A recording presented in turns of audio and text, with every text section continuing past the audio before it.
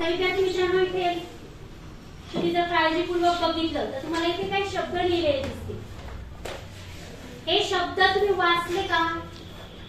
वाचा बरं एकदा. पहिला शब्द कोणता आहे? A. A. I. I. Right. Right. Right. Read.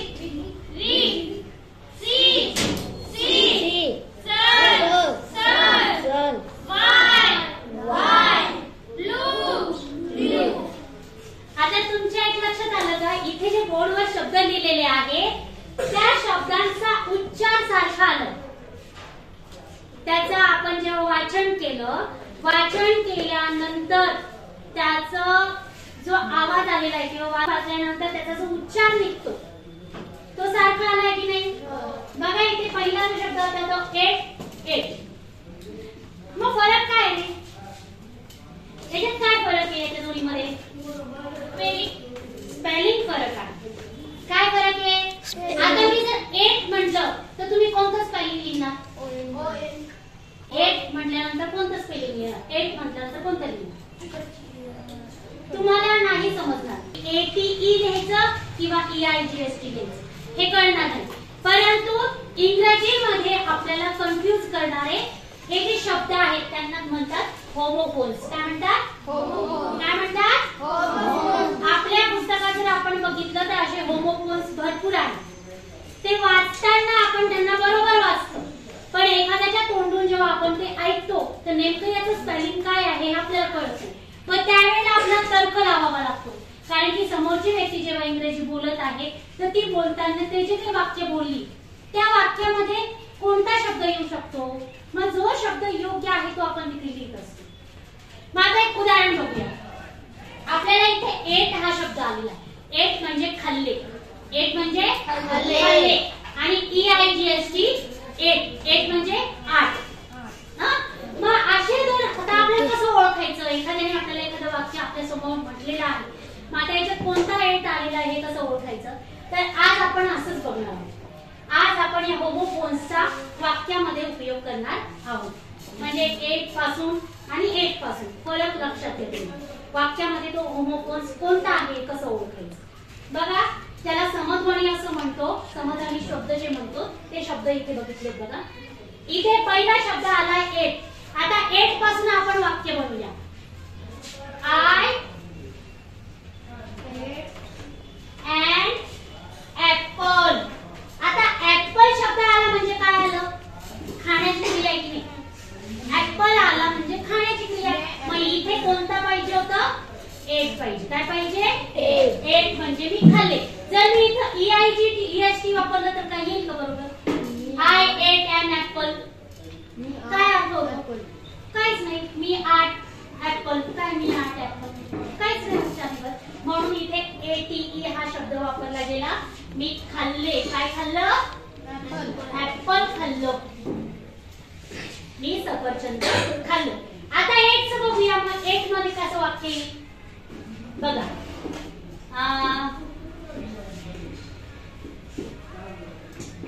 I have 8 ears. माझ्याकडे 8 काय आहे? आपल्याकडे 8 वह्या, नोटबुक्स. I have 8 notebooks. माझ्याकडे 8 वह्या आहेत. कळलं का? आता इथे ATE वापरला चालेल का? नोटबुकचा 8 चा काही संबंध आहे का? नाही. या 8 चा काही संबंध आहे का इथं? नाही. मग त्यावेळेला इथे 8 हा शब्द आहे. म्हणजे होमोफोन्स किंवा एखाद्या समध्वनी शब्दामध्ये आपण शब्द कसा ओळखायचा? तर त्याच्या पुढचा येणारा जो शब्द असेल ना त्याच्यावर आपण ओळखायचं असतं की कोणता शब्द इथे येणार आहे. तर आज आपण ह्या होमोफोन्सचा वाक्यामध्ये कसा उपयोग करायचा हेच आपण फक्त बघतोय. असे कितीतरी शब्द आपल्या पुस्तकात आहेत की ज्याचा समध्वनी निघतो, स्पेलिंग वेगळं आहे. तर मी इथे काही शब्द तुम्हाला दिलेले आहेत. आपण त्याचे फक्त वाक्य बनवूया अगदी सोप्या पद्धतीने. पहिलं कळालं वाक्य तुम्हाला एट आणि एटचं. ATE एट म्हणजे खाल्ले आणि दुसरं एट म्हणजे आय. आता दुसरं वाक्य बघूया. आय म्हणजे आता दुसऱ्याचं वाक्य बघूया. दुसरा कोणता वर्ड आहे? आय. आय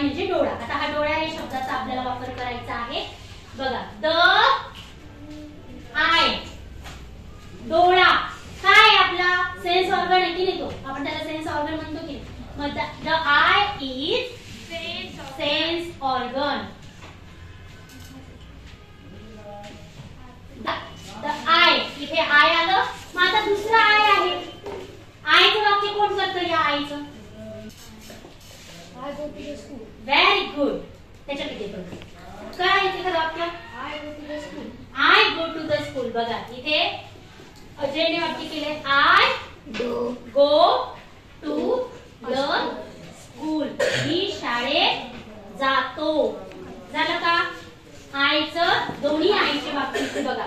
इथे जर मी आय टाकलं असतं, द आय, हे आय टाकलं असतं अल्फाबेट, तर इथं वाक्य तयार झालं असतं का? नाही. आणि इथे मी ई वाय ई म्हणजे डोळा, डोळा गो टू द स्कूल. डोळा शाळेत जातो का? नाही. म्हणून I go to the school. या पद्धतीने होऊन फोन्सचे दुसऱ्या पद्धती. आता राईट, बरोबर. आणि राईट म्हणजे लिहिणे. आता या राईट पासून वाक्य बघू. आपण म्हणतो ना यू आर राईट. तू बरोबर आहे.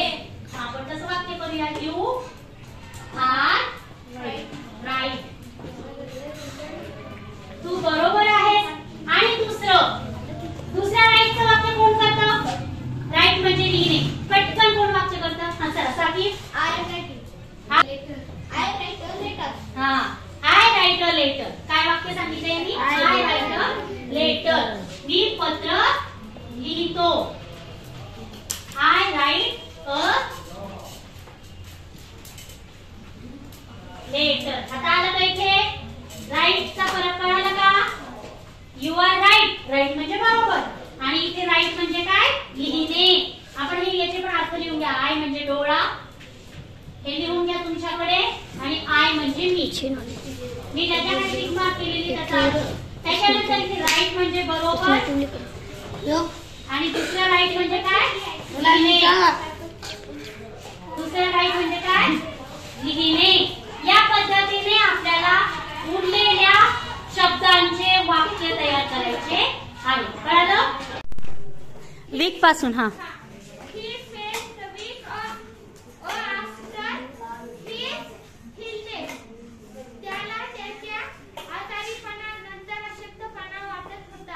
हा ठीक आहे. म्हणजे त्याला आजारपणानंतर अशक्तपणा. इल वीक म्हणजे काय? अशक्त. हो की नाही? हा चला, तुला आता वीक दुसरा जे वीक आहे त्याच्यापासून WEEK केलं का वाक्य? हा काय केलं? म्हणजे 7 आठवडा असतो. तसं नाही वाक्य होणार. आठवड्यामध्ये 7 दिवस असतात. है की नाही?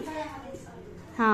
7 दिवस असतात. दुसरा शब्द जो होता सी आणि त्याचा आणखी SEEC अशा पद्धतीने आपण वाक्य बनवणार आहेत. कोण केलंय? कोणतं केलंय सांग? SEA. कशाचं केलं? SEAचं. हा कर सांग.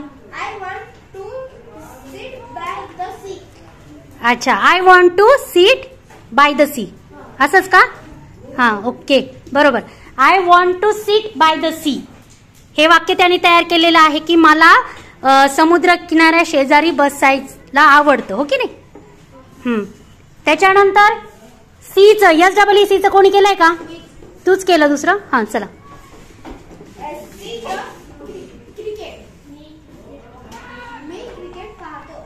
हा, I see the cricket. Me cricket पाहतो किंवा I see the cricket match लिही तिथे. मी क्रिकेटचा सामना पाहतो. त्याच्यात करेक्शन करून घे. हा नेक्स्ट आपण बघणार आहोत सन. SON आणि SUN चे वाक्य. केलंय का? केलं समजनी. हा सांग वाक्य. He is my son. Very good. तो माझा मुलगा आहे. आणि SUN चं कोणी केलंय का? SUN केलं. हा हा very good. The sun is a star. सूर्य काय आहे? एक तारा आहे. आपण म्हणतो की नाही? Very good. आता नेक्स्ट आपण वाक्य बघणार आहोत बाय. BUY bye. बाय म्हणजे खरेदी करणं आणि BYE बाय म्हणजे आपण एखाद्याला बाहेर जाताना बाय करतो तर त्या पद्धतीने. चला BUY चं वाक्य कोणी करेल का? हा सांग. Very good. I buy a new pen. मी नवीन पेन विकत घेतो. हा त्याच्यानंतर BYE चं कोण करतंय? BYE बाय म्हणजे आपण जाताना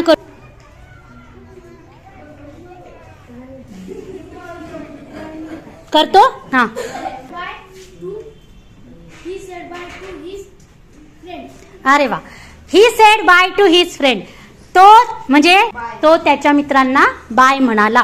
म्हणजे एखाद्याला आपण जाताना बाय म्हणतो की नाही, तर त्याचा वापर अशा पद्धतीने केलेला आहे आपण.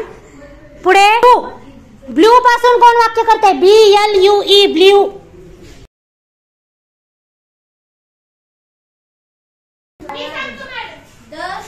The sky is blue. हा म्हणजे काय? आकाश निळे आहे. The sky is blue. Very good. आणि ब्ल्यूचं कोण करतं? BLEW blue. हा तर The wind blew strongly. हा द वाइंड किंवा विंड तुम्हाला जे वाटेल ते. Blue strongly. वारा वाहिला. वाहिला. ब्ल्यू म्हणजे वाहिला. तर या पद्धतीने आपण या होमोफोन्सचा वाक्यामध्ये उपयोग केलेला आहे.